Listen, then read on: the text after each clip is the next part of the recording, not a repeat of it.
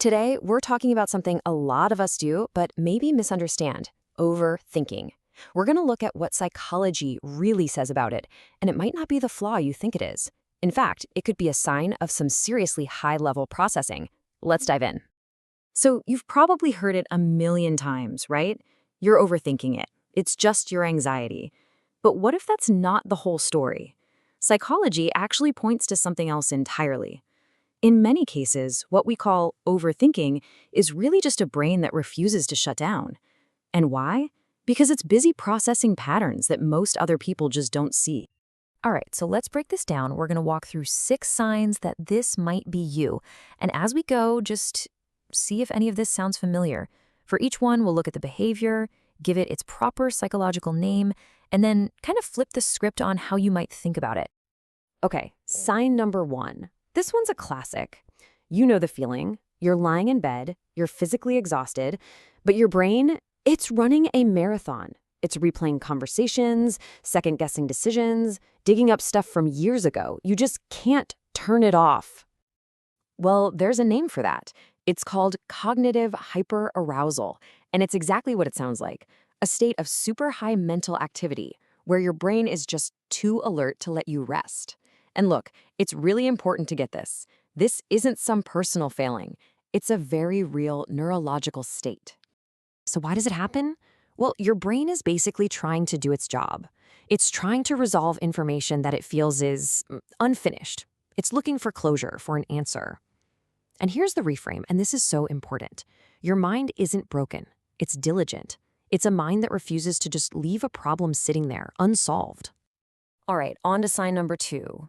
Have you ever done this? You're in a conversation and you make this leap. You connect 2 ideas that seem totally unrelated, and everyone just kind of looks at you, confused. You're seeing a link that to them just isn't there. That's not your brain being random. It's a powerful process called associative integration. It's the cognitive skill of pulling together disparate pieces of information and finding a hidden pattern. This is not a scattered mind. It's a mind built for synthesis. And the reason for this? It's often linked to high neural connectivity. I mean, your brain literally has more pathways connecting different areas. So let's reframe this. Your mind isn't scattered. It's built for advanced pattern recognition. It doesn't just think in a straight line. It thinks in a web. Okay, sign number 3. This one often gets a bad rap. People call it pessimism or just worrying. It's when you find yourself constantly thinking ahead, mapping out all the potential problems, everything that could possibly go wrong with a plan. But let's call it what it actually is: foresight and strategic thinking.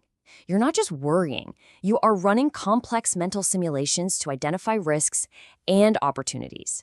This is literally the foundation of good, proactive planning. So what's going on here?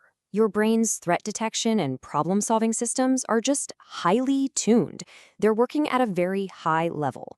So the reframe is this: you're not a pessimist. Your mind is a strategic simulator. It finds the cracks in the system before they turn into full-blown failures.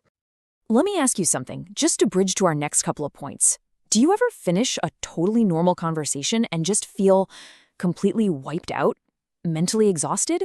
Because that feeling, that leads us right into sign number 4. Sign 4 is all about replaying social interactions. You find yourself going back over it, analyzing not just the words, but the tone of voice, the body language, that weird pause someone took. Every little detail goes under the microscope. There's a term for this, and it's social processing and nuance detection. Now, this can get confused with social anxiety, but it's different. It's a deep analytical dive into the data of a conversation. Your mind is working overtime to decode all the subtext, the hidden cues, the complex emotional stuff happening beneath the surface. Why? Because your brain is trying to get a full, high-resolution picture of the social dynamics at play. So the reframe here is really powerful. You're not being insecure. You're performing high-fidelity data analysis on people. And that leads us perfectly into sign number 5, that feeling of being completely drained after a simple social interaction, right? Other people seem energized by it, but you feel like you need to go into a quiet room for an hour just to recover. That feeling has a name too. It's called high cognitive load fatigue. It's the exhaustion that comes from processing a massive amount of data all at once. You're tracking the words, the tone, the body language, the emotions, the environment, all of it, simultaneously. And let's be super clear why this happens. That deep, multi-channel processing we just talked about, it takes a ton of mental energy. It's like running a dozen heavy programs on a computer at the same time. So this fatigue, it's not a sign of weakness. It's the receipt. It's the evidence of the intense cognitive work you just put in. And that brings us to our final sign, number 6. Your mind isn't just a quiet space, it's a boardroom. It's home to these complex, ongoing internal debates. You argue with yourself, you play devil's advocate with your own ideas, all to make sure you've looked at an issue from every conceivable angle.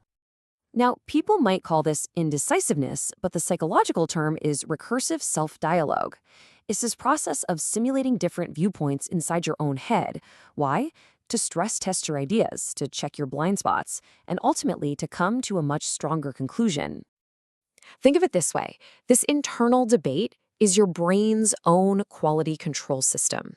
So the reframe is huge. You're not conflicted or indecisive. Your mind is running a rigorous, internal peer review process on your own thoughts. It's incredibly thorough. So, there you have it. 6 signs that what you call overthinking might actually be something much more complex. So what's the big takeaway here? What do we do with this information? Look, high-level processing, it comes with a cost. Having this kind of depth brings incredible insight for sure, but it also brings a certain mental weight. So the goal isn't to somehow silence this mind of yours. You can't, and you probably shouldn't want to. The real goal is to understand it and to learn how to work with it. If this kind of thinking resonates with you, understanding the how and why of your own mind, then subscribe. We're all about psychology that explains real life, not just selling you fake motivation. Thanks for tuning in.